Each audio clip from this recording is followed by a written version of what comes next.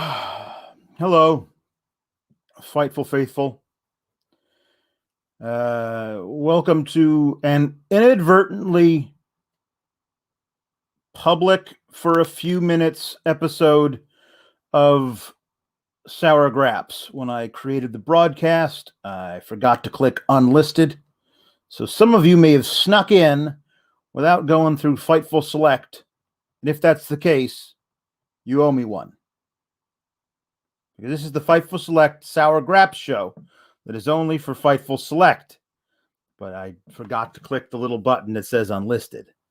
So here we go.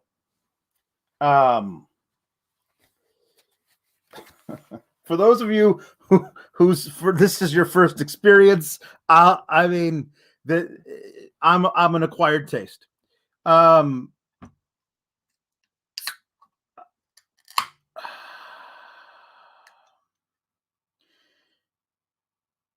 We'll talk about Dark Side of the Ring at the end of the show. That'll be the last thing I talk about. The first thing I talk about is that WWE is scared. They are losing in the demo 2 weeks in a row now. Narrowly losing, but losing nonetheless.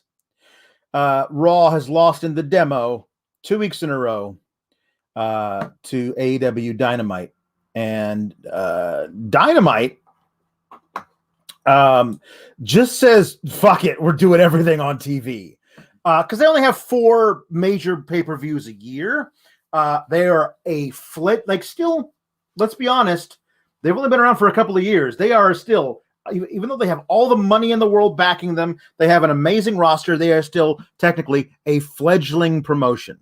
Compared to WWE, they are, yeah. So they are trying to get noticed. They're trying to get more people into the tent. What the hell's in this tent? Oh my God, it's really good professional wrestling. I've never seen this before. They're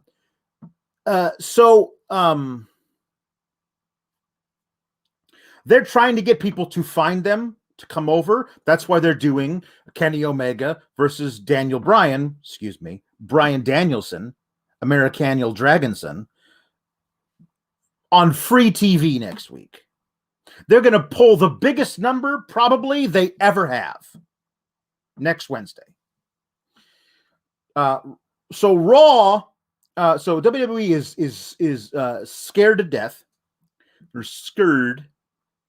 And so they are going to pull out all the stops with their flagship show, Raw. They're trying to get people to tune in and watch. We'll talk about how they're doing that in a minute. But apparently they decided starting next week, this week,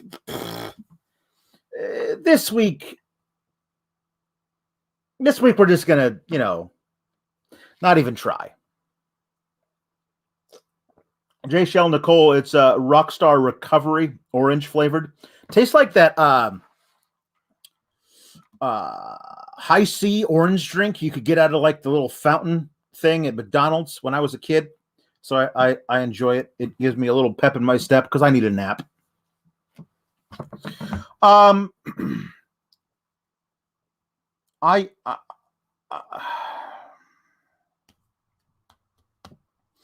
Last night's SmackDown was bad. It's a bad show. And here's the thing, like, even when the wrestling is good and like one of the wrestlings was good, right? The opening tag match was good. It was fun. Pointless, but fun. But see, even when the wrestling is good, it's pointless. Like, I guess that technically had a point, considering it's the basis for why we're hot-shotting the program we're getting on Monday, instead of, building it over the course of several weeks and months. So the first time we ever see them fight each other, it's got a proper build. So like one of the wrestlings was good. And the others were not. And either the stories make no fucking sense, or they're pointless, or they actively hurt the people you're trying to build to get people to root for them.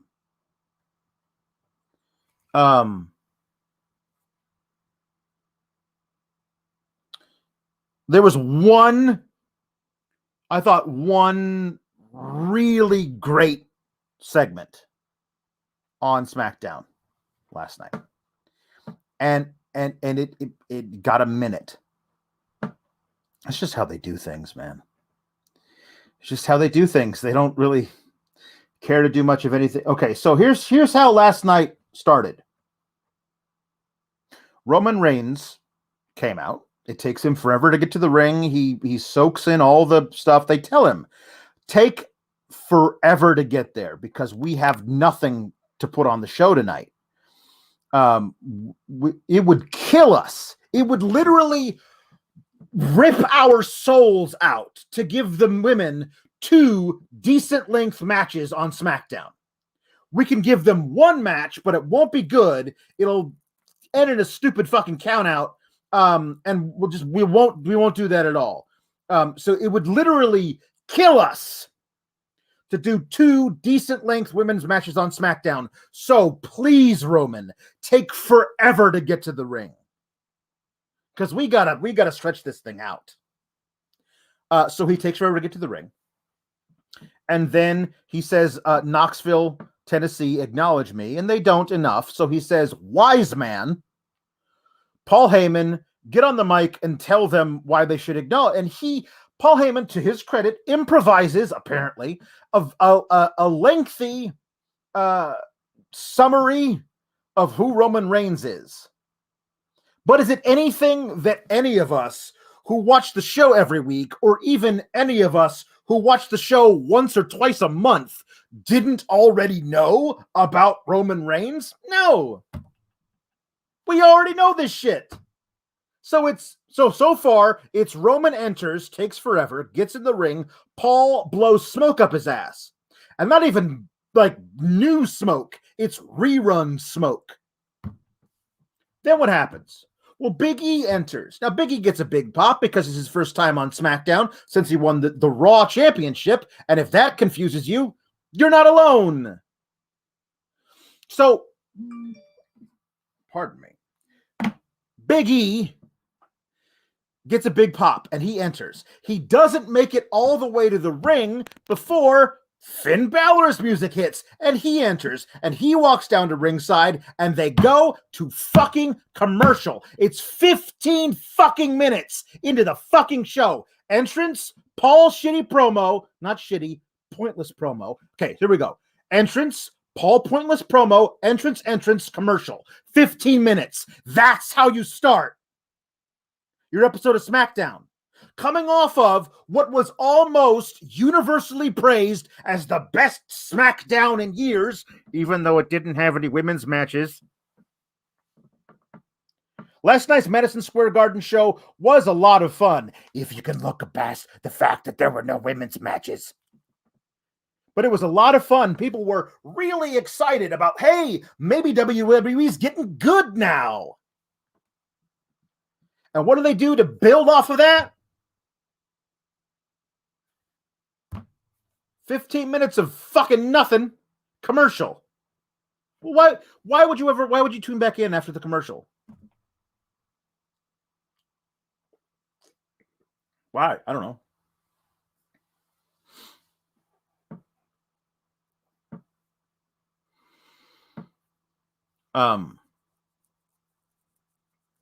We came back from the break. And the Usos, by the way, they were out there with Roman, but like, what else is new? They're always out there with Roman. And then after that, we came back from the break and we get Big E and Finn Balor against the Usos. And it is a championship contenders match. I'm sorry. We're just doing those for any of them? We're just doing those for any match the tag champs are in. is now a championship contenders match. I guess it makes sense because championship contenders match is just Vince's new code for non-title match. Because it doesn't mean anything. Here's a direct fucking quote from last night. I don't know if it was Cole or McAfee, who says, I think it was McAfee, who says, this is really big for Finn and Big E. If they perform well in this match, they might get a title match at some point down the line. So wait a minute, wait. They don't have to win. They just have to perform well. And who decides that? Adam Pearce and Sonya Deville, I guess, but that seems kind of arbitrary. If they perform well, not if they win, if they perform well, they could. They're not even guaranteed. Here's the thing. It's a nebulous idea. Did you perform well? Did you not? Well, Sonya and Adam seem to not think so. You lost, but you didn't perform well. Or you lost and you did perform well. You could get a title match. What's the criteria for that? I performed well. You said I performed well. Do I get a title match? I don't. Oh, then I must be Shotzi Blackheart and Tegan Nox, who didn't just perform well, they beat Natty and Tamina 3 fucking times and still haven't gotten a championship match. So maybe that's the criteria. If you perform well, you could get a title match at some point further down the line, unless your names are Shotzi Blackheart and Tegan Nox.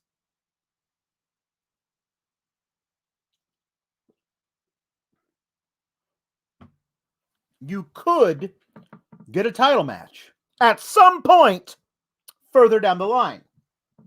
So maybe Shotzi and Tegan will get their title match at some point further down the line. 2026. That is at some point further down the line.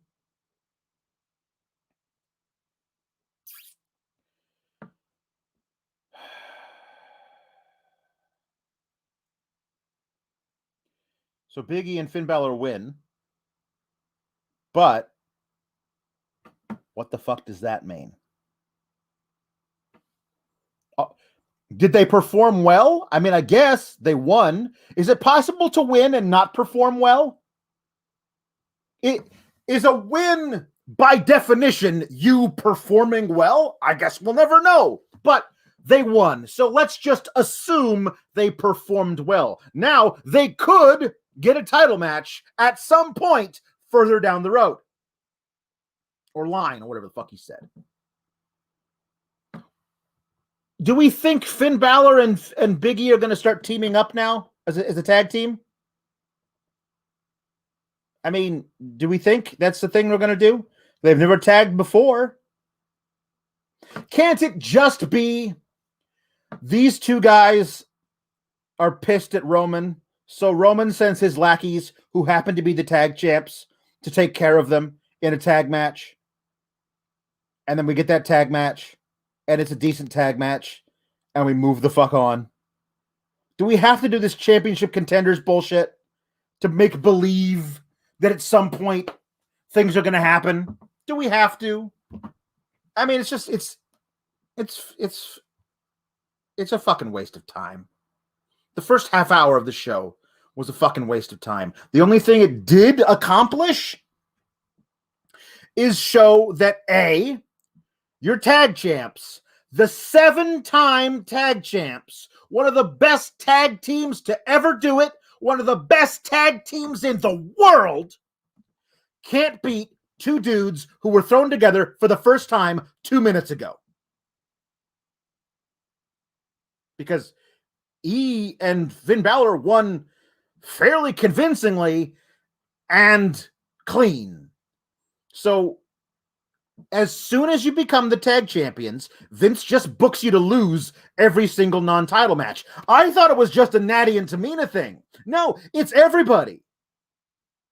It's fucking stupid. You couldn't have had Jay and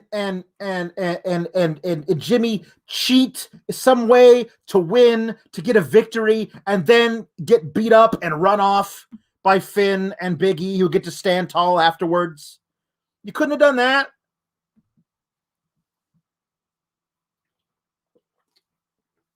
What a waste of fucking time.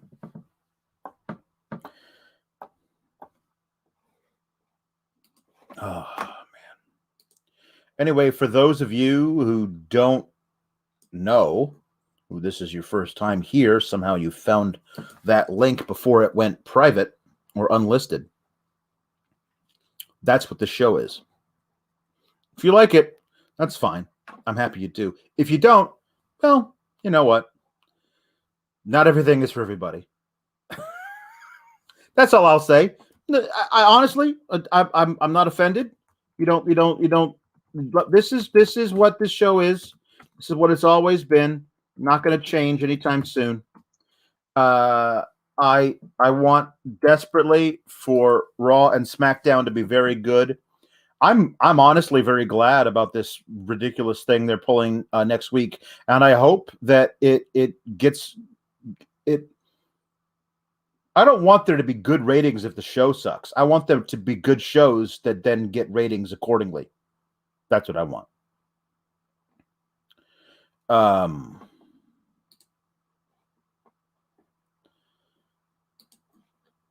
So what happened after this? What happened after this? Who cares? But what happened after this? I honestly don't remember.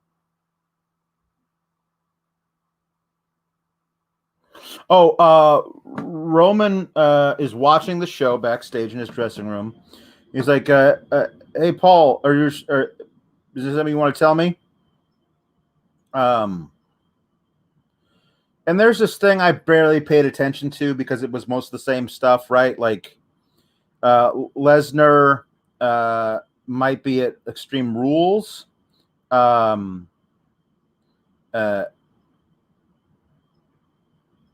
And Paul says he won't come to go to Extreme Rules because he fears you. Now, they already made the match, like, on social media. They could have done it last night. They could have had Adam Pearce come in, knock on the door, and say, "By the way, Roman Reigns, we've decided you're going to defend your title against Brock Lesnar at Sands of Time at Crown Jewel," or whatever the fuck they're calling the Blood Money show this year. And then you would have had Roman hear this for the first time on live television, and we would have been able to see his reaction, looking over at Paul like, "Did you know about this?" And Paul be like, "No, I didn't. No, how dare you unilaterally put this is coming down from the top." Vince himself wants to see Roman versus Brock at Saudi Arabia. "It's out of my hands," says Adam Pearce, and then he leaves. And then Roman can get super pissed about everything. "Look what have I done for this company? I've done everything for this company. They don't put me in matches without my say-so. How dare they? I carried this place for the last damn year."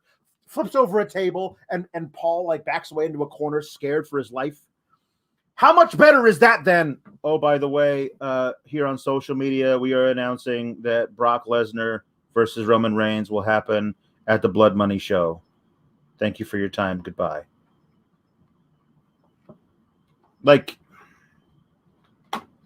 so much better. So much better.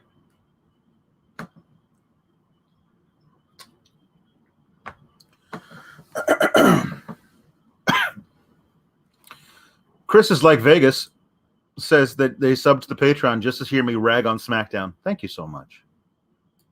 Thank you so much. You get all valid points comment from Ja Parka, who's here for the first time. Thank you very much. Oh, yes, Ja Parka. It's the Blood Money show. I mean, at one point I referred to it as Blood Money in the Bank, because that's what it is. It's just Vince getting a bunch of blood money and putting it right in the bank. I don't know if there's a contract for a guaranteed title match that comes with it, but it is absolutely Blood Money in the Bank.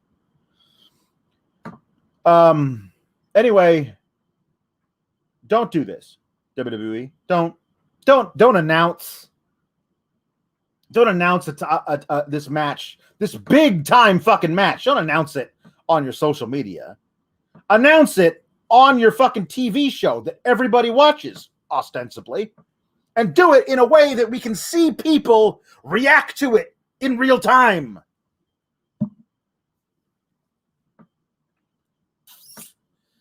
I don't know what Vince sees in Rick Boogs. I'm sure he makes Vince laugh. He plays guitar. He's jacked. He gets a match every week. Every week this guy gets a match. I don't understand it. I don't understand it. He's wearing a faux denim singlet, and he beats Robert Roode. I don't watch these matches. I think it was a stroke of genius, so that they gave him the name Rick Boogs, because they could have done anything. It's like, I think it was Bugenhagen. Is that what his actual name is? So they could have kept calling him that. You could have called him Rick Hagen or something. You could have done anything. We called him Rick Boogs, which is a stroke of genius, because he gets Boogs chants, and eventually those are going to change to Boo. But then Vince is like, no, I hear them. They're saying Boogs. I was saying Boogs. There you go, right? Who the fuck could possibly care about Rick Boogs beating Robert Roode? Who could possibly care? Who could possibly care? And Nakamura and McAfee and Boogs are on top of this announce table dancing. And then Dabba-Kato in a fucking jacket shows up and kicks Nakamura in the face. And Apollo Crews is there. And they toss Boogs into the steps, like gently. And then they drop Nakamura on the plastic cover thing that covers the announce table, like gently. And those guys are out for, 7-8 minutes. If you're gonna do a beatdown so that then you can cut a promo, at least do us the courtesy of making it look good. At least actually beat the guy down. Or how about this? Apollo, you brought your fucking Dabba-Kato with you. You brought Dabba-Kato in a fucking jacket with you. Leave him on the outside. And anytime one of those two guys tries to stand up, he stomps him back into the ground. That would be believable. You don't need him in the ring with you when you cut the promo. Like, he doesn't need to be there. He's not going to get on the mic. Apollo Crews, who is 0-7 in singles and tag matches versus Shinsuke Nakamura, whose last win came in June, walks into the ring, says in his Wakanda accent, "Is this your king?" Which is an actual fucking quote from the movie he's impersonating. And then he says, "I demand a rematch." And he gets it. He's 0-7, hasn't won a match since June. He demands a rematch with the Intercontinental Champion. And he's got it. On the go-home show for Extreme Rules. By the way, those of you who are new, Google the logo for 2020 and 2021 Extreme Rules and tell me it doesn't look like Extreme Rules. On the go-home show for Extreme Rules, they're going to do Apollo Crews losing to Shinsuke Nakamura.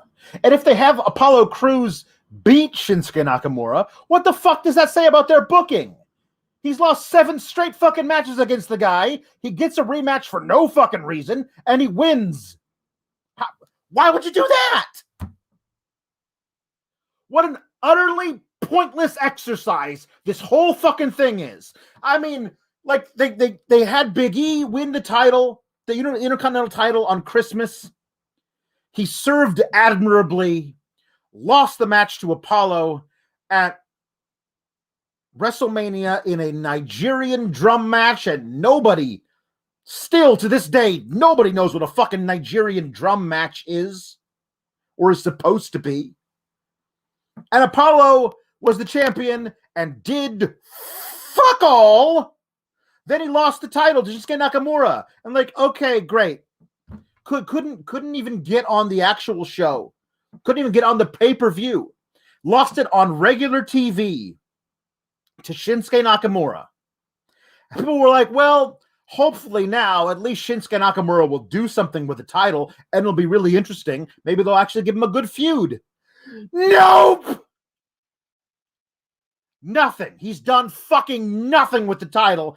And now, weeks later, he finally gets a championship defense against the same fucking guy he won it from, who hasn't beaten him in 7 tries.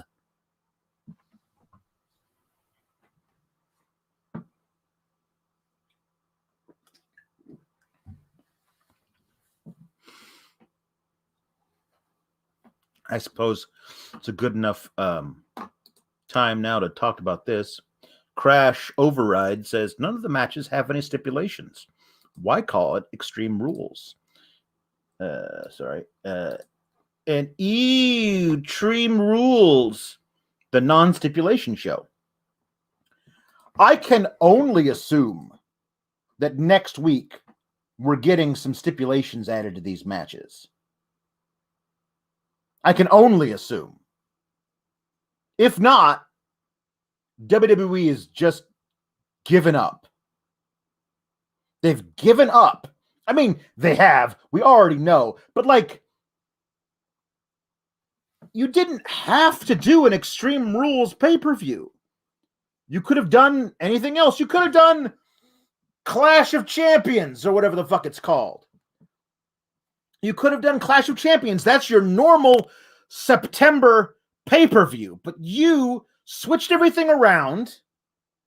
And you did Hell in a Cell in June and moved Extreme Rules to September so you can do Sands of Time, a.k.a. Blood Money in the Bank. You can do that in October, where Hell in a Cell usually goes.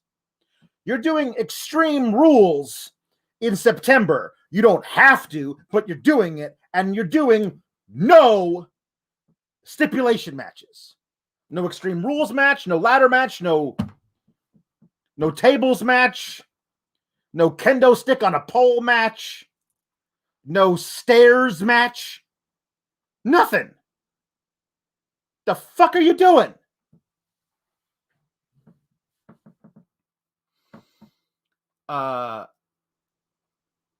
So they interview Kevin Owens. He doesn't like Happy Corbin.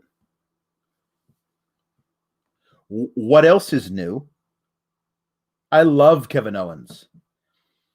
I can't wait for his contract to be up. Get the fuck out, Kevin. Get away. Leave this place. It is not good for you. I should have known that Baron Corbin was going to hit me with a cheap shot in the ring. I should have known.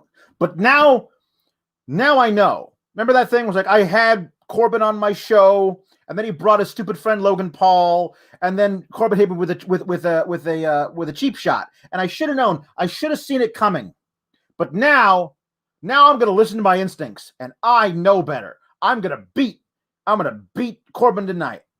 And he walks out toward the ring, and from behind, Corbin hits him with a cheap shot. So what you have is you have your babyface say, I made a mistake, and Corbin caught me with a cheap shot.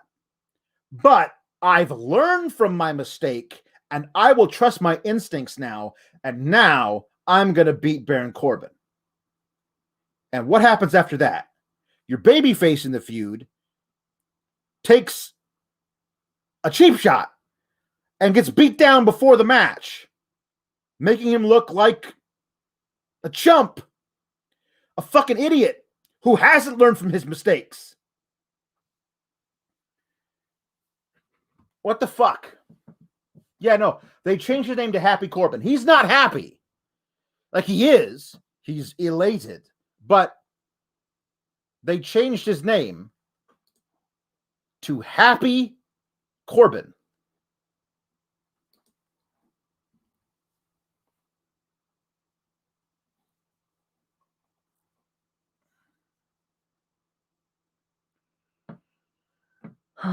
Corbin chokeslam him onto the edge of the apron, which is like, I guess, I don't think they're doing this intentionally at all, but it is kind of poetic. Because Kevin Owens, when he's a heel, power bombs guys onto the apron. That's one of his signatures. And Happy Corbin chokeslams Owens onto the apron, which is poetic. If they were doing it that way on purpose, which you know they're not, because they fucking suck.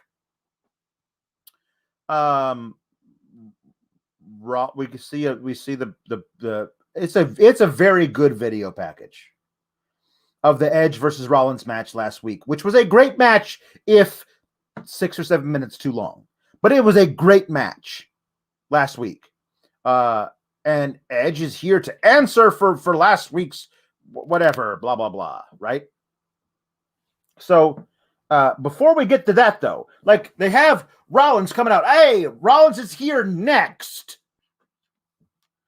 Next, they say, Seth Rollins. So if you were like nobody would actually say this, but if you were like, oh my God, the only thing I'm here to do is watch Seth Rollins, I'm just going to turn my show off after Seth Rollins. I don't want to see anybody but Seth Rollins. I love me some Seth Rollins. And they were like, next, Seth Rollins. You'd be like, okay, I'm going to stay here for the commercial break. And you'd wait from the time they said next, Seth Rollins, until Seth Rollins, you saw Seth Rollins, would be like 11 minutes. I'm not kidding. The commercial and then this big, long segment. Kayla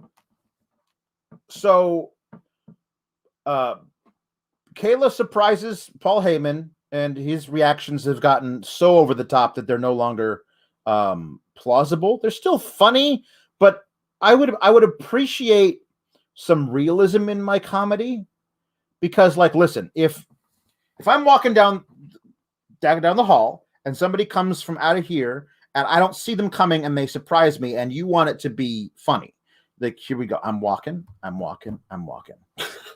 Oh, stop doing that. Okay.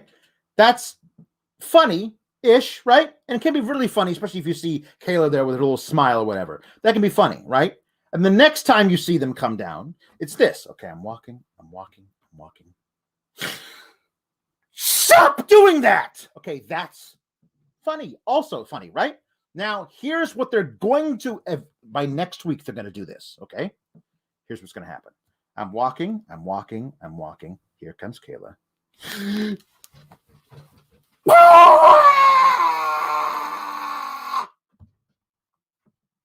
It's too much. You got to just take it back down. Take it back down, please. Thank you.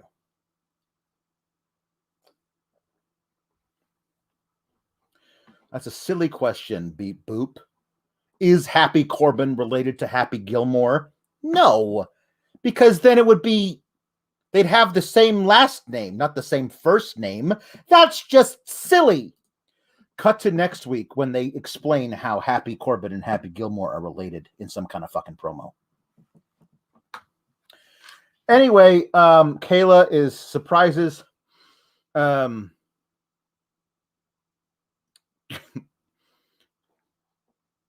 He surprises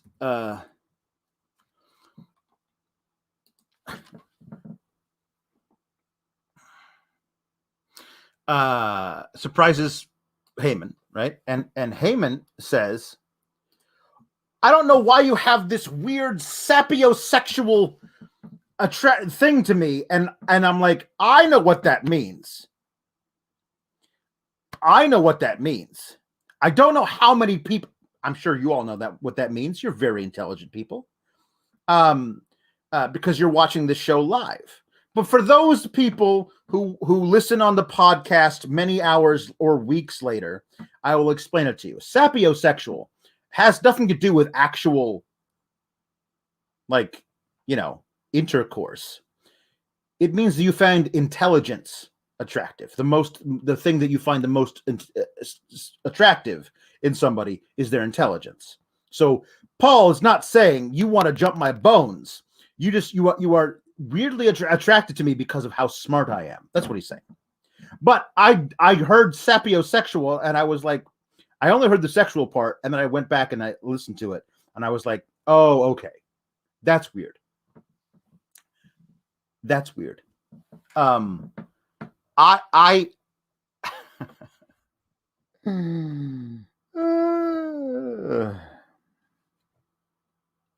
This sapiosexual should never be confused with saviosexual, which is when you're weirdly attracted to Puerto Rican wrestlers in WWF in the mid-90s. That's saviosexual. Anyway, he says, stop flirting with me. Leave me alone.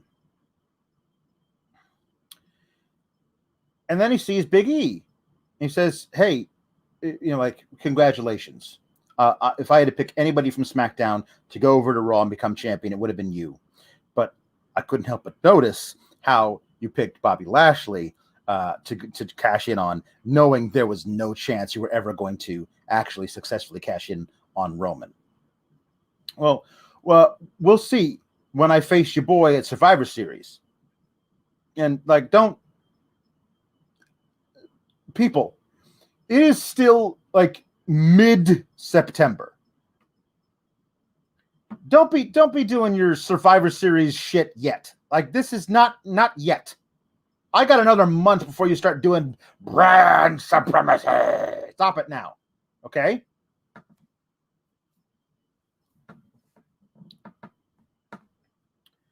But he says, oh, or maybe I'll face Brock Lesnar or even Finn Balor. And then he turns to leave, and he gets super kicked right in the mush. This was a great beatdown. The Usos just beat the hell out of Big E. And I love that he was just gritting his teeth through it. Like, Big E, like, get beat down, but never, like, crying about it, or like, you could, like, none of that. He's like, you motherfuckers. Oh, I'm going to fuck you up when I am healthy. Oh, I'm going to fuck you up. And I love that. I love that about Big E. I think it's perfect for him. And he's down. They talk trash at him, and go back to Raw. And so Reigns walks by, pats him on the back, and they leave together. And that was the last we see of them. Then later, it is announced that on Monday, on Raw, the go-home show for Extreme Rules. And at this point, Big E has no challenger. Okay? People, I want you to remember this. At this point, Big E has no challenger for Extreme Rules. We can assume, probably, Bobby Lashley will be getting a rematch. But at this point, he has no challenger. Whoever is going to challenge Big E at Extreme Rules is absolutely going to break up the advertised six-man tag between the New Day and the Bloodline. New Day versus the Bloodline. Big E, Kofi, and Xavier Woods, the greatest trio in the history of professional wrestling. That's my personal opinion. Versus one of the best tag teams ever, and what could be considered the absolute best sports entertainer of his era in Roman Reigns. That six-man tag is good enough to main event a top 4 pay-per-view. Okay. The people who were like, How are you giving away Danielson versus Omega on free TV? What the fuck are you doing? How stupid is that? Well, as I explained, AEW is in a different position than WWE. They are trying to pop a huge number in one of their biggest venues they've ever played at.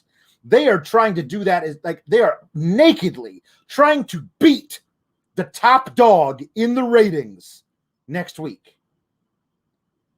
And Raw is putting on a top tier, perhaps a WrestleMania match.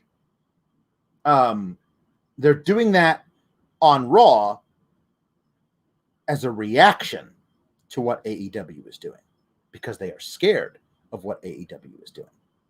It's a different thing entirely. Also, they've been around. They've been running on Raw almost for 30 years. Like, this company that's been around for, 2 years, coming in and knocking you off the pedestal to the point where you're freaking out and trying to run first-time ever matches on Raw. It shows that you're, whether or not you admit it to yourself or to anybody with a microphone in your face, AEW is competition. Absolutely.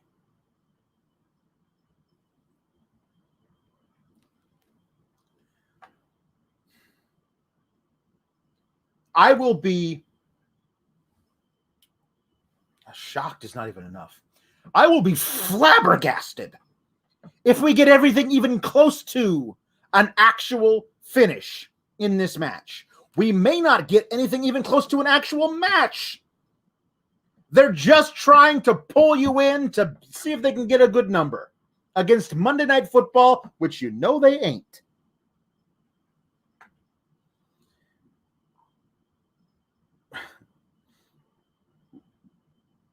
The New Day versus the Bloodline is going to be, if they give it time and if they actually give it an actual finish, could be one of the best matches on Raw in years. In years. Is it not? Am I not believing this? Am I misrepresenting this? This is the first time the New Day have fought as a trio in months now, right? Since like last fall, almost a year. The first time the New Day fought as a trio in almost a year, and they're doing it against Roman and the Usos. It's a big time fucking match. I can't wait to see it. I hope they give it time, and I hope they let it have an actual finish.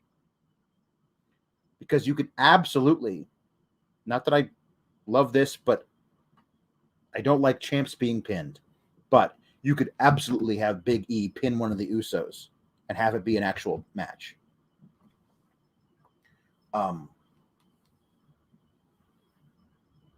Do I wish they gave this a proper build? And the first time we ever saw these 6 guys in the ring together doing this 6-man tag, the first time we ever saw it was at Survivor Series as the main event of Survivor Series in Brooklyn. Do I wish that? Absolutely, I wish that. That's a much better thing to do. They should have done that, but instead, they're doing this. New Day versus the Usos is one of the great tag feuds in the history of wrestling. They've had some of the best matches I can remember. And now you get to do a 6-man that also includes the other member of the New Day who was never able to get involved, remember. It was always like, let's pick 2 out of 3. 2 out of the 3 guys from this amazing trio versus an amazing tag team in the Usos. So now you get like all 3 members of the New Day versus the Usos, which they have all fantastic history with. Plus, let's add in Roman Reigns. It's a huge match that probably should have been done with some build to it, as opposed to something happens on Friday, and then we're going to get the match on Monday. If we actually give the match.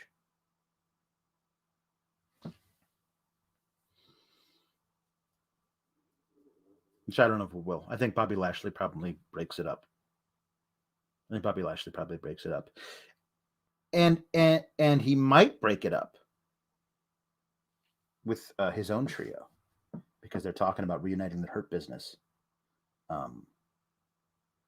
If Big E comes out and the first time we see Cedric and Shelton back with him is when they come out, like how honestly though, how like I honestly I hate Vince and WWE is a fucking cesspool, but I love good wrestling.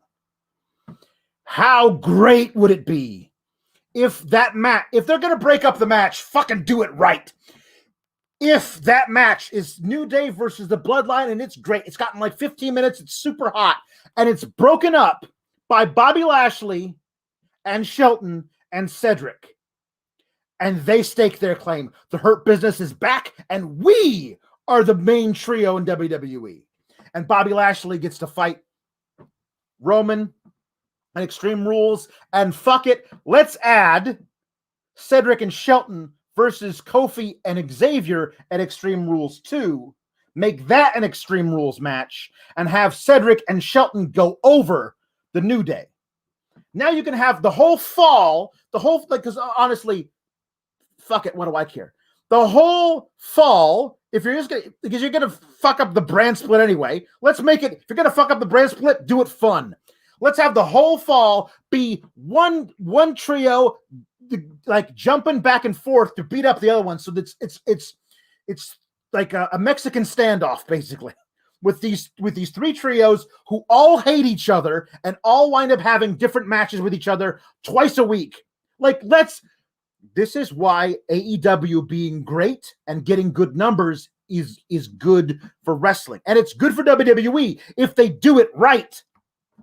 How awesome would it be if we got Hurt Business versus the Usos, Hurt Business versus New Day versus the Usos, and we get cool combinations of all three twice a week, all the way until Survivor Series. And then we get a 9-man tornado tag match. Let's fucking do this. Or 9-man. I was like 6, 12, 8. 9-man tornado tag match at Survivor Series. A guy can dream, can't he?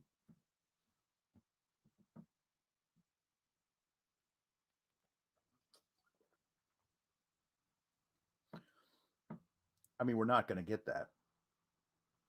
But WWE could.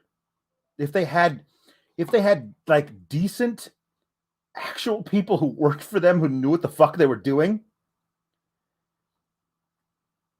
make the top program on Raw or SmackDown. Make it these things, you know what I mean? Like, people would tune in twice a week to see that shit. Who's invading what show this week? Just brawl after brawl, figure out weird combinations of tag matches and singles matches and stuff. I like pick one of yours versus one of ours versus one of theirs in a triple threat match. I want to see that. Jimmy versus Xavier versus Cedric. Let's go. I'd fucking watch the fuck out of that. And you know what? There's no stakes attached. You know what the stake is? Real fucking pride. We're the best. Us. And the best part about this shit, the best part about it, we know for a fact Bobby, the real Bobby Lashley, was super pissed that Vince broke up the Hurt Business. Okay? MVP is supposedly off TV for a while. He in kayfabe broke a rib, but in actuality is getting knee surgery.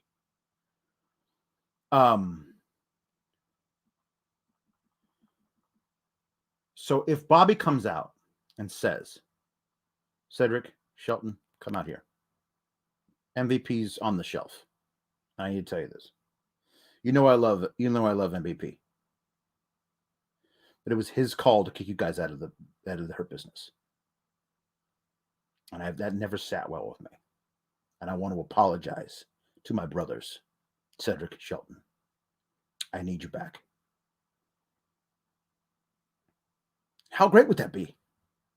How fucking great would that be?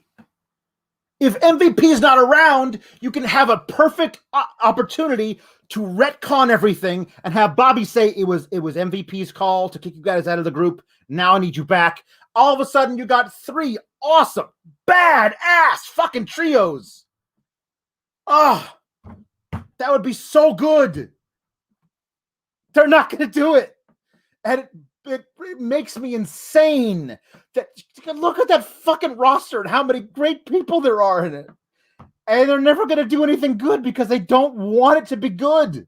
They just want it to be bare minimum so they can get their fucking money, and that's it.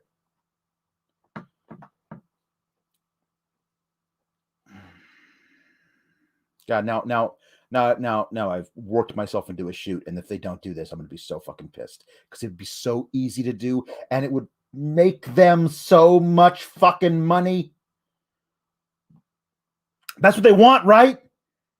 You could run house shows, your little super shows that you do you have you've said there's our super shows. Both fucking brands are on the house show, and we're running all up and down the Eastern Seaboard. Whatever the fuck it is this month, those things would sell out immediately if they knew they were going to get to watch these fucking guys go at it.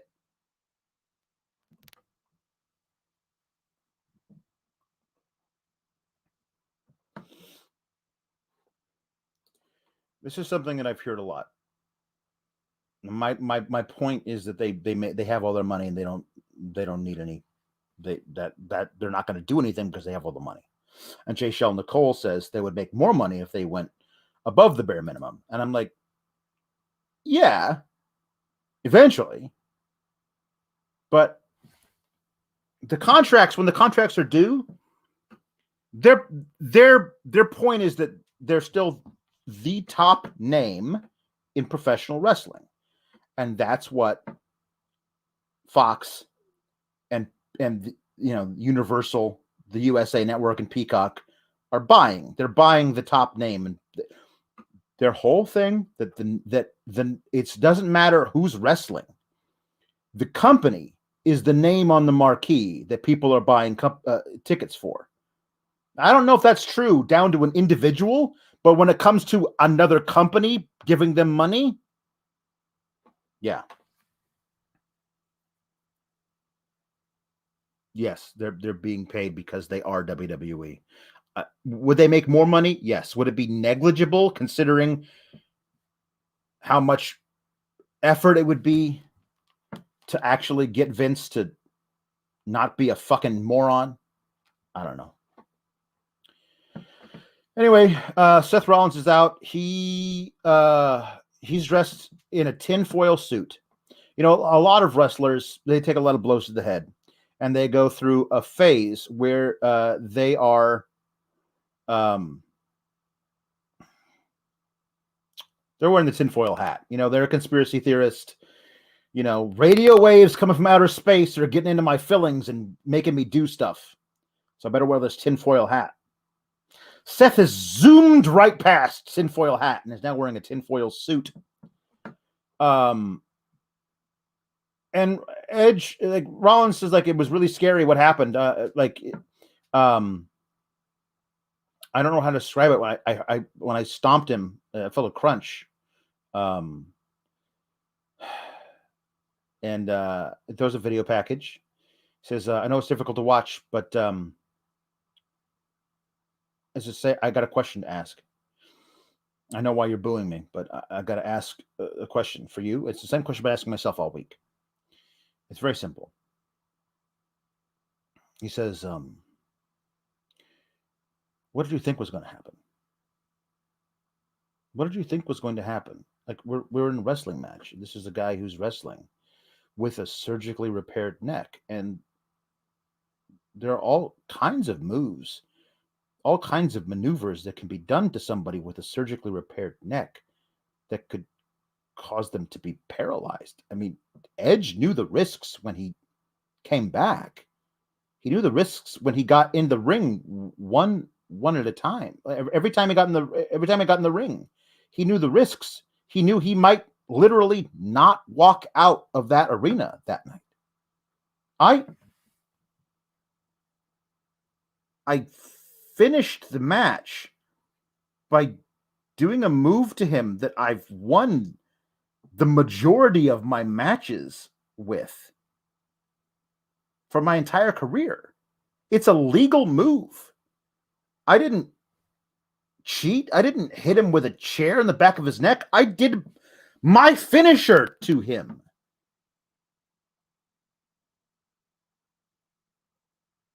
It was a risk that he had to take when he got in the ring with me. Now, if he had delivered the promo like that, it might have made you think. Well, actually, that's a pretty good point.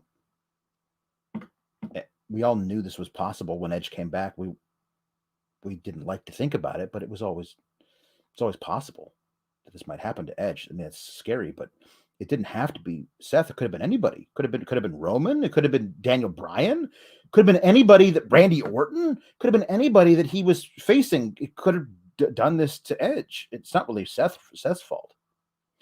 And because a nuanced promo, a promo that's delivered with, some kind of shades of gray and makes you think, might get us to wonder, hey, is Seth really a bad guy for doing this? Because the promo delivered in a measured way would make the audience think. Instead, they had Seth deliver it like this. What did you think was going to happen? I did a move to him that I've done to everybody all over my career, over and over and over again, and that's what happened. It's not my fault. It's your fault. It's all your fault because you wanted him to come back. You egged him on to get in the ring with me. It's the fans' fault for making me kill Edge. That's right. Do you see how one thing is measured and almost intelligent and asks the audience to think, and the other one just immediately elicits, oh, fuck this guy. I don't like this guy. This guy fucking sucks. Now, you don't have to do one or the other, but there's an option. WWE always does the second one. When in doubt, just have the heel blame the fans. It's the easiest way to get heat, and WWE is nothing if not lazy. What's the easiest way to do something? That's the way we're going to do it. We're WWE. It's fucking lazy as shit. Like, if you break down what Seth is saying, it makes sense. Seth didn't hit him with a chair. Seth did his finisher to him. Ban his finisher. Or shut up about it. But when Seth screeches it and then adds in it's all your fault, you people, then it's low-hanging fruit and fucking stupid, and don't do that. Thank you.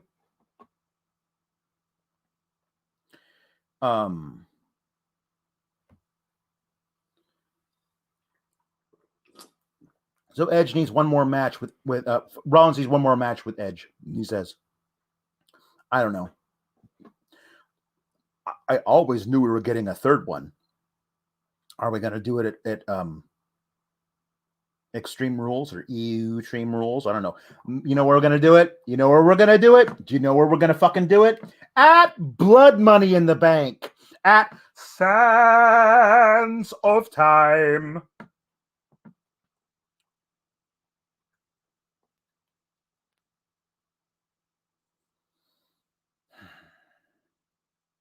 So Kayla interviews Becky Lynch and asks the dumbest fucking question I've ever heard. I mean, not really, but it's a bad one. She asked Becky Lynch, hey, do you think Bianca Belair's homecoming tonight will give her added momentum? What a fucking stupid question that is. But Becky actually has a good answer to it. It says, momentum is tricky because it keeps going until it meets an opposing force. Bianca had a lot of momentum until she met me at SummerSlam. And she says, well, this is her night. I've never been to a homecoming. Maybe I'll go check it out. Like, we all knew Becky was going to interrupt Bianca Belair's homecoming. I mean, if you didn't know that, you're fucking brain dead. That's how wrestling works, especially that's how WWE works. So earlier in the night, what I'm saying is they don't need to actually have Becky tease it. Just have the surprise. I mean, surprise, but like, we all know it's going to happen. You don't need to come out and say, oh, by the way, Becky Lynch might be coming out and interrupting Bianca Belair's homecoming in her hometown. I wonder if we should tune in to watch out. Fucking stupid. Hey, the tag match that was supposed to happen last week with Zelina Vega, in Madison Square Garden, her hometown, to honor the memory of her dad who died in 9/11. That match that they took off the show for no fucking reason, that match was on this show. So what was the match that was going to be on this show? Like, here's the deal. You need a minimum of one women's match every week on SmackDown. That's a minimum. That's a bare fucking minimum. You should have two. They should both be decent length. The bare minimum is one decent length match with an actual finish. What was the match they were planning on doing this week? Considering they did the match this week that they were going to do last week. What was the match that was supposed to happen this week that you pushed off until next week? And then vice versa. Oh, you didn't have any matches planned for this week. Oh, right, because you guys never plan more than 4 hours in advance. Oh, right. Oh, thank you. I'm sorry. How silly of me to think that. So we get Zelina Vega and Carmella versus Toni Storm and Liv Morgan. And before we go to commercial, I say, Zelina Vega and Carmella coming out. They're going to take on the wild child of the 80s, Toni Storm, and the rambunctious Liv Morgan. Now, we're going to get to wild child of the 80s in a sec. But first, the rambunctious Liv Morgan. What is she? What is she, a toddler? Is she a toddler who has a problem following directions? Like when you say, Tyler, we don't jump on the furniture, okay? That's a no-no. Tyler, no. We do not jump on the kitty cat. No, Tyler. That's rambunctious. She's a grown-ass fucking woman. Okay? Rambunctious. What about Liv Morgan says she's rambunctious to you? What thesaurus are you looking up? What thesaurus are you using to come up with the term that defines Liv Morgan as fucking rambunctious?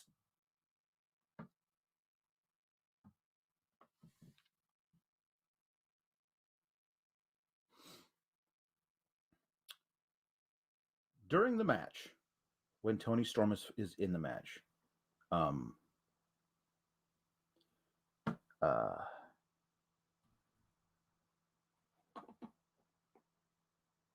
when Toni Storm is in the match, they just casually Toni Storm's mom was really into 80s music, and so she listened to it a lot when Toni Storm was a girl, and so Toni Storm really got into 80s music. And that's basically the level of enthusiasm that was in Michael Cole's voice when he explained it. So she's a wild child of the 80s because her mom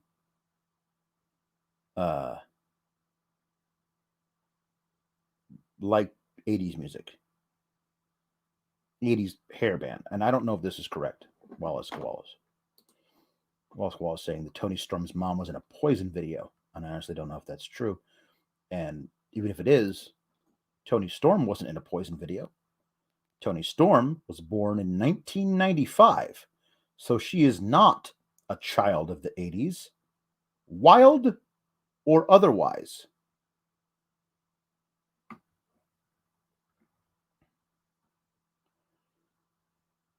If I got super into Jimi Hendrix and I was listening to Jimi Hendrix music all the time, that doesn't make me a wild child of the 60s because I was born in 1979. Yes, I'm very old. This is the second match that Toni Storm has wrestled since being called up in July.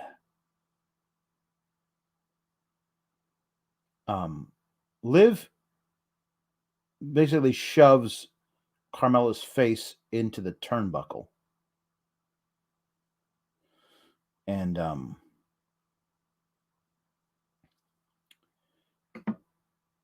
then Carmella starts freaking out. I broke my nose, but she's screeching it. I broke my nose!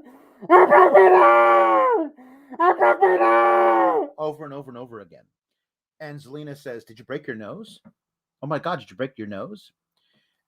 And to which Carmella responds, "I broke my nose!" And so, yeah, there we go. So they take a countout loss on purpose. They just don't finish the match. I don't know. What is it? Is it 2 minutes late? Two minutes long? 2 minutes? It's a 2-minute match? Maybe 3 minutes? The one women's match of the night is 3 minutes long. And it ends with the heels taking an intentional countout loss. They go up the ramp, but Liv Morgan takes the mic and says, "I'm sorry, did you break your nose?" Well, actually, no, I'm not sorry at all because I'm tired of you running your mouth and then running away. I challenge you to a match at Extreme Rules. And if you accept, I'm going to make you look as hideous on the outside as you are on the inside. And Toni Storm's like, "Ooh, burn." And that's it, right? Was this stupid promo from the Street Profits? Like, who, honestly, I think they're really great. I hate them under Vince. I really do. It just doesn't work for me at all anymore. I think they're really, really, really great. And I think they're watered down and whatever. They're facing the Usos at EU Extreme Rules. So I guess that's something. I don't know.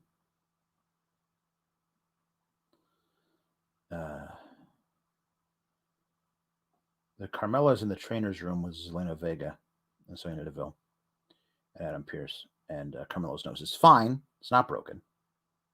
Oh, thank God, you're still beautiful. It says, she was trying to turn me into a 5. So it's on Extreme Rules. But Zelina says, no. If she wants you Extreme Rules, she's got to beat me first. So next SmackDown on the Go Home show, we're going to get Zelina Vega losing to Liv Morgan.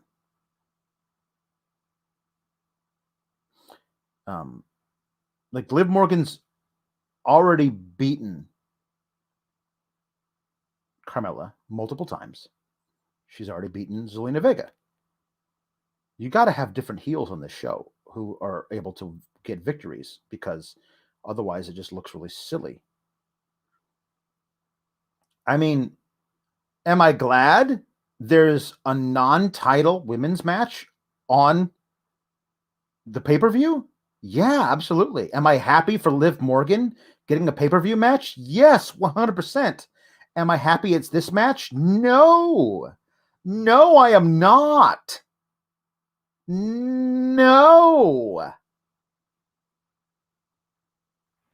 Although I will say, Liv and Tony look fantastic as a tag team. They could be a lot of fun together. And yeah, I mean, like, this is the thing. You have women to do an actual tag division. You just decided to put the belts on Natty and Tamina, who fucking suck, and then book them to lose every match for months on end. How about you use your fucking women's tag division, have some women's tag title matches, and then you see who the best women are. Because Tegan and Shotzi versus Liv and Tony for the titles, something I could get behind. Except, oh no, sorry, I'm sorry. Did I say that? Because Tegan and Shotzi, they don't get a title match. They were impressive. They looked good, but they don't get the tag title match. Now, Rhea and Nikki get a tag title match on Raw against Natalya and Tamina. And what I want very badly is for Rhea and Nikki to beat Natty and Tamina, and then for me to never see Tamina on my TV screen literally ever again. Natty can stick around and be on maybe once a month to lose matches competently.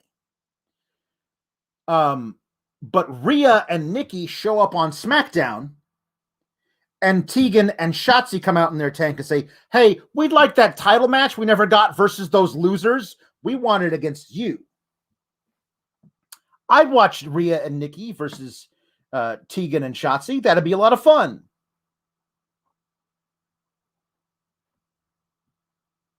I want the tag titles to mean something. They don't currently. So Finn Balor is backstage somewhere. Everyone wants to know where the demon comes from. Now, unlike Roman Reigns, I wasn't born to a wrestling family. I don't have a bloodline. I was born into a family of railroad workers. I was supposed to be here, but this is the life I chose. I fought and clawed my way here. This is where I am. The demon comes from inside. It's a manifestation. If anyone told me no, or doubted me, disrespected me, the demon unlocks a rage inside me that cannot be controlled. I don't summon the demon. The demon summons me. Pause. Does the demon summon you to the makeup chair where you sit there and take 6 hours of makeup to get that shit put all over your fucking torso? I'm totally fine if Finn Balor says, this makes me amped up. I look in the mirror and I see this thing and it makes me fight harder, knowing that this is what it's a symbolic thing. It's a symbolic thing, right? The minute he says, the demon summons me, I am the demon, and the minute Michael Cole says, the demon is Finn Balor's alter ego, and the fucking match card for Extreme Rules doesn't say Roman Reigns versus Finn Balor, it says Roman Reigns versus the demon, well then, fuck this. And yes, Wallace Koalas, 5 years ago, when everyone was like, who the hell is this Finn Balor guy? Why is he the demon? This is like leading up to SummerSlam when he became Universal Champion right before he lost it. He had a whole different origin story. You can go back and find it. It's on YouTube. It's really slickly done and well put together, but it is not this. It's not this. It says, the disrespect from the bloodline, just adding fuel to the fire. But Roman, you're going to see the fire that burns inside of me, burns brighter than the fires burning all around me. You're looking at the face of Finn Balor, the challenger, and Extreme Rules. We'll see the face of the demon, the Universal Champion. And this is really well done. They use animation and graphics to like make him turn into the demon. Like it's all done with like, stop motion and not stop motion, but like, computer graphics and shit. Right? And it's obviously a pre-taped segment, and that's obviously like added in post with the weird, changing him into the demon thing, right? And then that's the end of the thing. When he changes into demon, we go away from that, but then we have Pat McAfee go, "Oh my God, did you just see what I just saw? That dude just became the demon." And Pat McAfee, you're not 5. I know you know what video is. I know you know that there's no such thing as a shapeshifter. So you can cool it with the, "Oh my God, dude, that dude is a demon." You can cool it because it's not fooling anybody, and it makes you look like a fucking chump.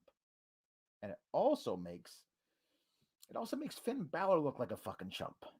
I'm sorry. I think the demon is a fun little deal, but like if you make it into like, I have a special magical power where there's a demon that lives inside of me, and I don't control it. He controls it. The demon controls it, and he can just bloop, and all of a sudden I'm the demon now.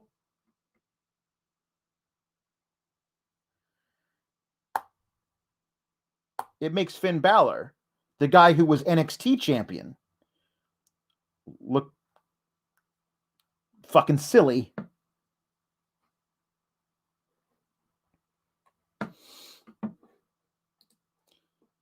Joe Parker gives Pat McAfee a pass because he's usually high as hell.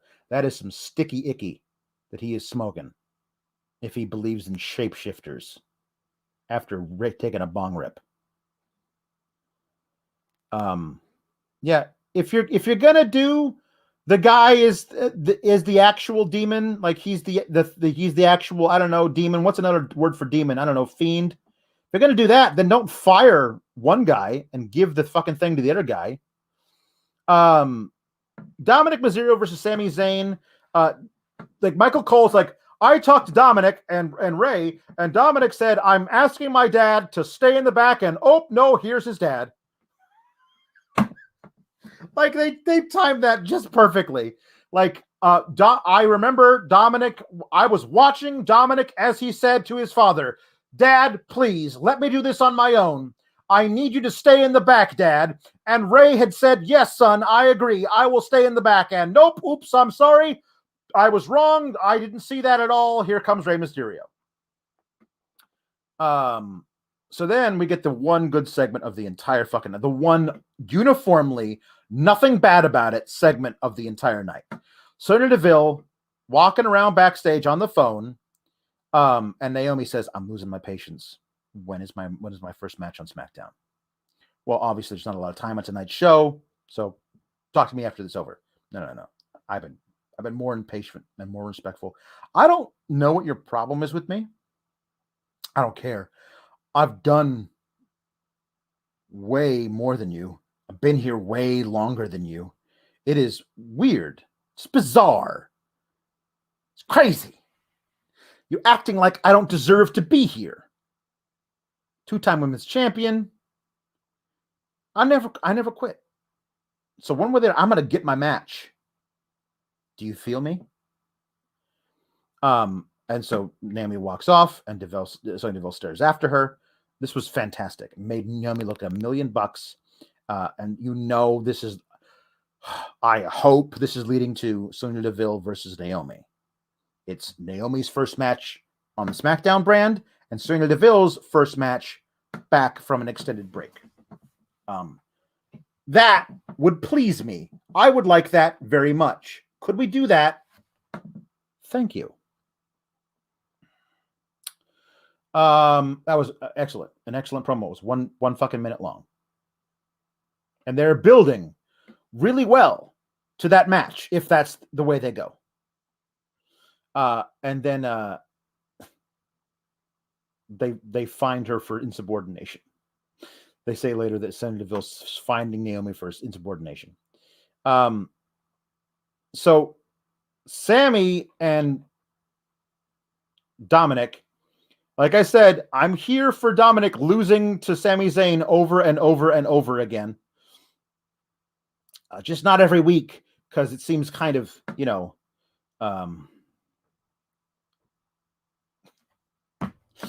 just fucking being, it's just running shit into the ground. So Ray is on commentary, and he keeps yelling at his son, "Go faster, do better, do other things. Very good. No, that's very bad, son." So I think they're gonna have when they have Dominic turn on Ray. I don't know who's going to be the good guy and the bad guy in that feud. Honestly, don't. But Dominic takes too long to do his move from the top rope, so Sammy gets his knees up, and then Sammy covers for the pin. And later in the night, there's one of those amazing backstage promos that people are actually given time to talk and use their own words, not some stupid script that they're given. But Sammy has an amazing promo where he's like, "It's so weird how everybody seemed to have forgotten that I am one of the best in the world, one of the best to ever do this. So no, it's not an upset when I beat some kid. Now, I will say this: the first time that I beat him, listen, easy, no problem. Second time, I'll be honest, he gave me a fight. This third time, there were a few seconds where he almost had me, but I beat him again. And honestly, the one constant between all these losses is it seems to be Ray's fault. Maybe Ray isn't as good a coach as he thinks he is, but maybe he's coaching too much. Maybe the kid is not benefiting from his coaching. I don't know. But I do know you can put Dominic in the ring with me every single time. I'm always going to beat him as long as Ray keeps fucking it up for his kid. And it was a great promo. And Sammy's fantastic. He's one of the best to ever do it. And I can't wait till he's not doing it for this company. Anyway, there's a video package with Bianca Belair coming to Knoxville. And she's got a pep rally at her former high school. It's a really cool thing. For Bianca and everything, and I can't help but think about how much cooler it would have been had she still been the fucking champion. If Sasha hadn't got into whatever she got into and missed SummerSlam, and I don't know, they may have actually put the title on Sasha there. But if Bianca beats Sasha and is still the champion, because they knew they were going to Bianca's hometown months ago. They were planning a big homecoming thing for Bianca here for months, I'm sure. And then they took the title off of her. What if they hadn't?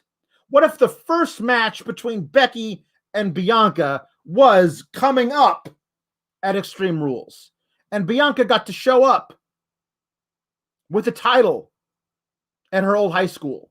Wouldn't that make it all that much better? Of course it would. So, to preside over this homecoming is the mayor of Knox County. Apparently, they don't have mayors of cities in Tennessee. They have mayors of counties. And the mayor of Knox County is, of course, Glenn Jacobs, Kane, who is an anti-vaxxer, crazy right-wing fucking loon. And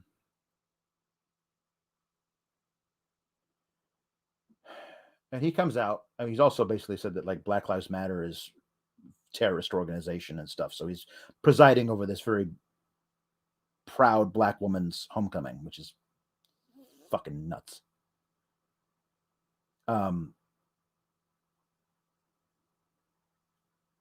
Anyway, he introduces her, and she comes out.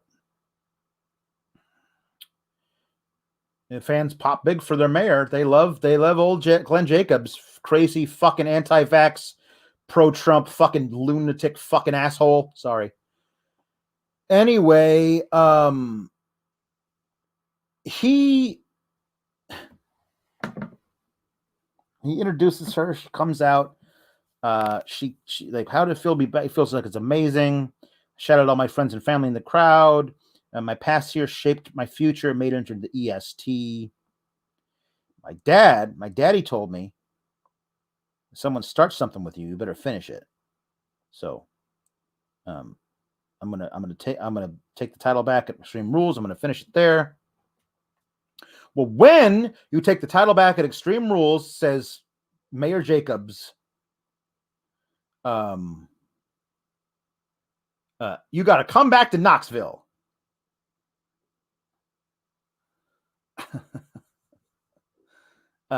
Playing the babyface.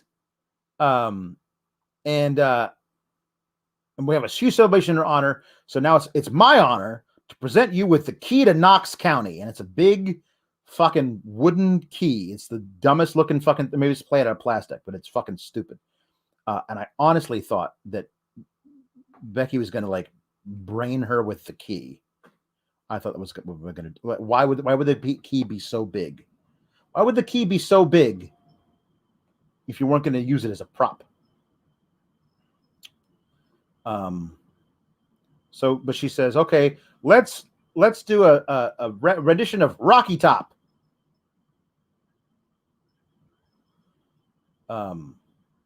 And they do, which is the song from University of Tennessee. And then Becky Lynch comes out singing it in a weird Irish version of a country twang. This is so good. That's congratulations. Well, it's too bad that the mayor lied to you, because you're not going to be WWE SmackDown Women's Champion after Extreme Rules, but you can be Knoxville's champion. Like, I don't even know why you're even here, because you don't go here, which was the most blatant ask for a chant possible, and they did it. They chanted, "You don't go here" to Becky. It's like, oh no, I agree. I don't go here. I didn't come here to steal your thunder. A SummerSlam was my night. Extreme Rules will probably be my night too, but tonight is your night. And I actually came out here to show you some respect. So she offers her hand for a handshake. Bianca's not interested. But like, listen, I'm trying to be the bigger man here. You got all these boys and girls here looking up to you, so why not? Why not have a shake? So they have a shake. And Becky goes to leave, but Bianca won't let go of her hand. Now, here's the thing. There are two fucking ways you can look at this. Becky came to talk some shit, but then she said, nah, just putting all that aside. I came here to show my respect for you. We're going to have this match, Extreme Rules. I'm probably going to win, but hey, maybe you will too. Let's have a shake, right? And she has a shake. And she goes to leave. Ending the segment. It's over. But Bianca holds on to her hand. And then Bianca tries to put her in the... she won't let go. Becky tries to leave. She pulls her, tries to do the KOD. Becky gets out of it, hits the manhandle slam. And then she leaves.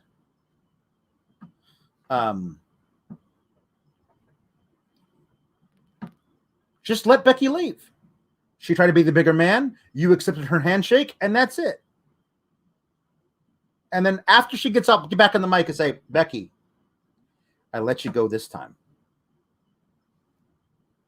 I'm not going to be so nice to you on Sunday. Something like that. Or actually give her the kiss of death. Actually give her that fucking move. Or at any point before the handshake was offered, punch her in the mouth. Because that's what you've been saying you should have done for the very beginning. It just makes Bianca look to not allow Becky to leave makes her look petty. To then try and attack Becky and get taken advantage of by Becky makes Bianca look like a chump. They don't know how to present their baby faces at all. That was SmackDown. Jesus, woof. Quickly, Rampage. I loved the tag title match. The Lucha Bros versus Blade and the Butcher. Butcher and the Blade are a really great serviceable tag team. They are 7-0. The last two have been like squashes, like 1-minute squashes on Dark. That's how they became the number one contender. I want to see that record. I want to see that strength of schedule. I don't believe they were actually number one contenders. I really don't. No, I don't think so. But I love the finish of the match where the Blade ties the straps, the little dangly things from Pentagon's mask in the ropes, and Pentagon has to take off the mask to get out of the ropes to make the save to allow Phoenix to get the pin. Thought that was great. There's a beatdown afterwards because the HFO doesn't like them. And who makes the save? LAX. LAX, or Proud and Powerful, Santana Ortiz.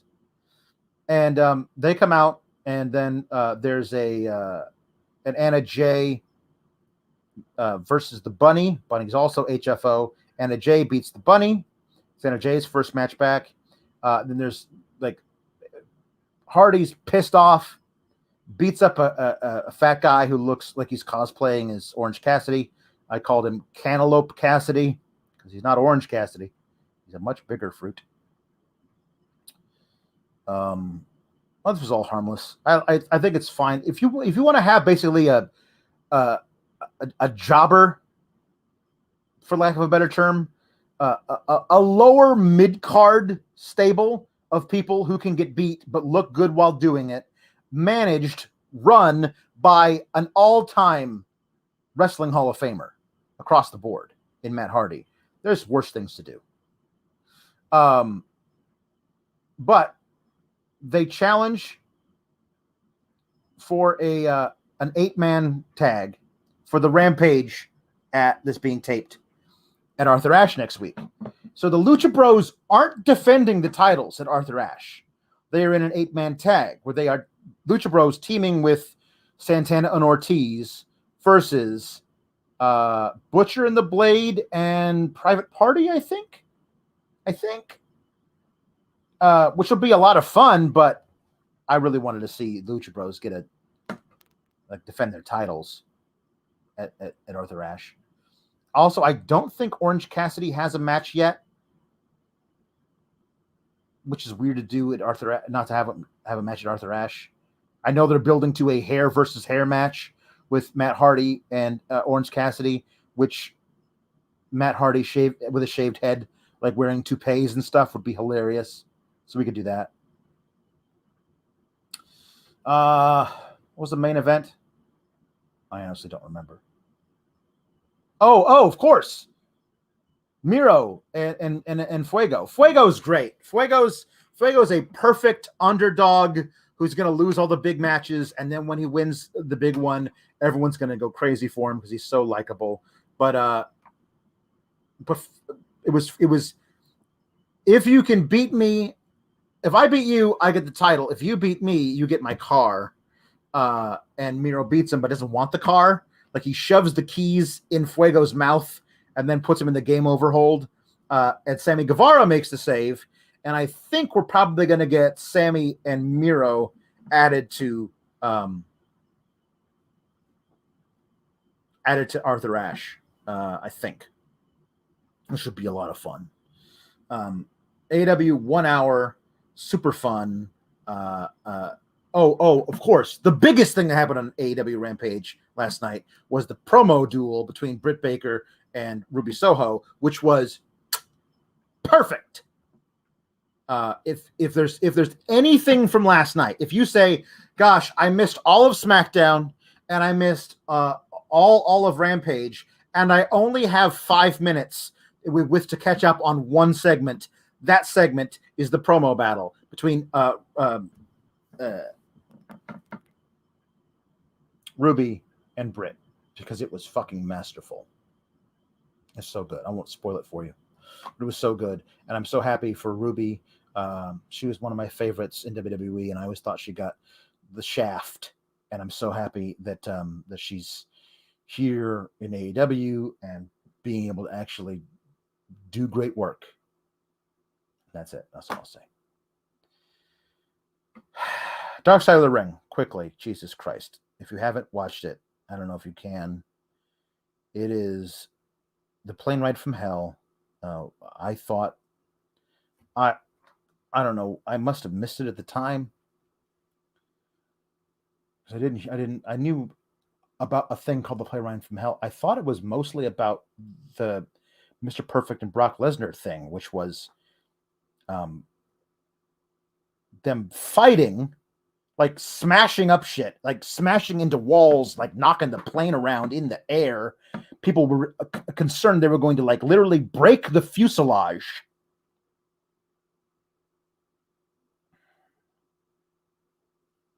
And smashing into the sides of the plane.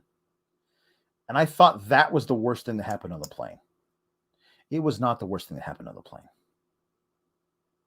The worst thing that happened on the plane is Ric Flair walking around in his robe, naked otherwise, swinging his dick around, backing a poor stewardess who could not have appeared to have been a nicer woman in the world, backing her into the corner.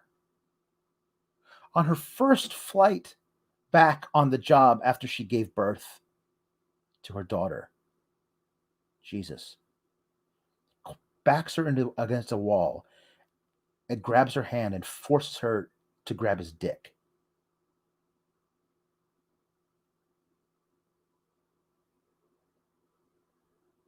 Horrible.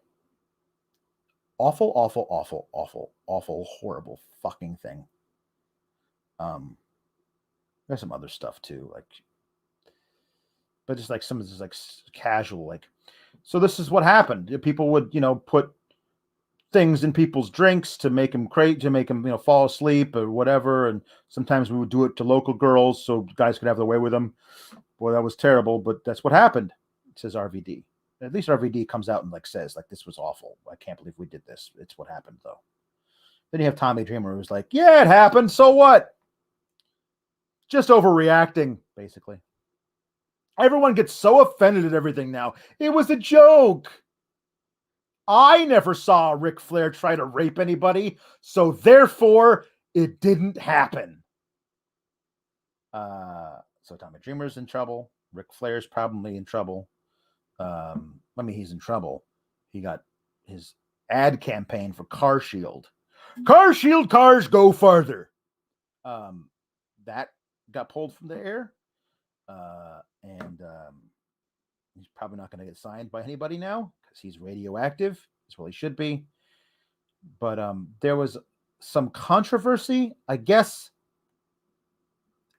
Like, everybody they interviewed for the documentary said Vince was on the plane. Apparently Vince wasn't on the plane, but everybody who was in the documentary said Vince was on the plane. Like, Terry Runnels said, I was seated right next to Vince and Linda. Apparently Vince and Linda weren't on the plane. I mean, it happened 20 years ago, or whenever the hell it was. So I understand people's memory being fuzzy, but everybody was like, yeah, Vince was here. Yeah, Vince was there. Vince was there. Vince was there. But apparently he wasn't there.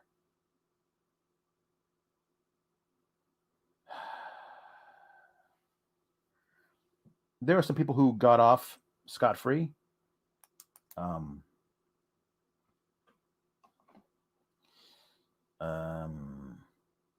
And they're telling the story. It's people who got off light. Like, there was the topic of, like, Dustin Rhodes, drunk off his ass, gets on the like plane microphone, the PA, and tries to serenade his ex-wife Terry Runnels. And that was embarrassing, and he wouldn't give up the mic, and finally he passed out and they got the mic back from him. But apparently he was also credited as the one who got Rick to stop doing what he was doing to that flight attendant. But there was another flight attendant who was on the plane who wasn't interviewed for the show, but her court document was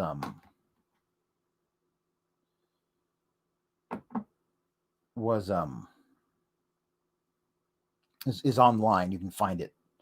And she said that old Dustin did a lot of stuff. Not good stuff. Grabbing her breasts and shit. So it was awful. There are people who weren't involved in the story who are caping for this kind of behavior online. Like, it was just a rib. Just a rib. Boys being boys. It was 20 years ago. Things happen. Get over it. You're too sensitive.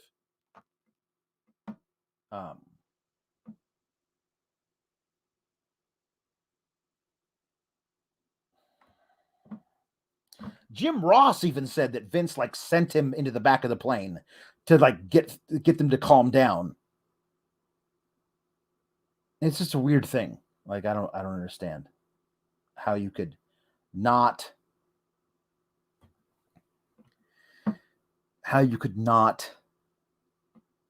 fact check that shit. Like with a plane, the stewardess, the flight attendant said he was on the plane. If he wasn't actually on that plane, it's really bad that they put him on that plane. The eyewitness accounts. I mean, if he was on the plane, according to the eyewitnesses, I mean, I'm more inclined to say multiple eyewitness accounts put him there. He's probably there, but apparently he wasn't there, and people are conflating two different plane rides. Which brings up the point, how many of these fucking plane rides were there that we haven't heard about? Apparently, Flair just would whip his dick out at any opportune moment. Just do it. Just because he could. I think the first consequences that he's seen from this incident is now when his shitty little car insurance commercial got pulled. Because as Jim Ross says, he was a made man, so you can't do anything to him.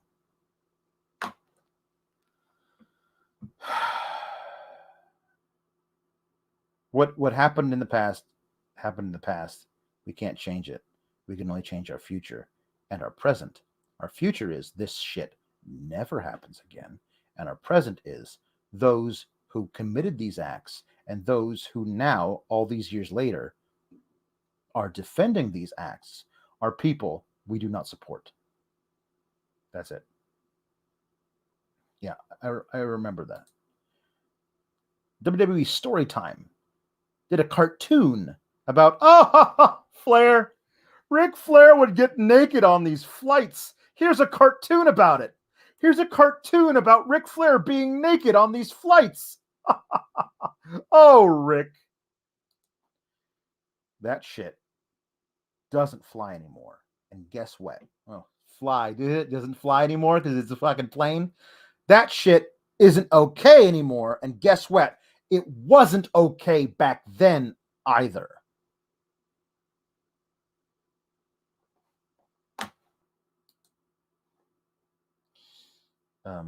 I sure hope that we can have maybe some more transparency about things that happened during that time and how it's changed, how we've changed things now. Maybe some people can be honest about themselves and about what they did and why they did it. Maybe they could be better people now, coming forward and apologizing. They probably won't, though. You know why? Because everything sucks.